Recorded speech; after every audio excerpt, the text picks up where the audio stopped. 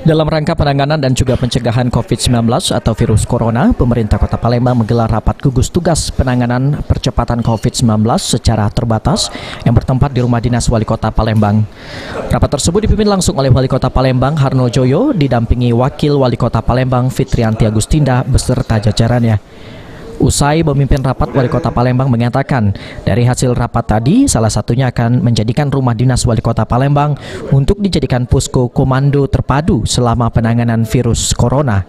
Posko ini nantinya akan standby selama 24 jam selama mewabahnya COVID-19 yang akan melibatkan semua unsur, mulai dari jajaran birokrasinya hingga pihak terkait lainnya.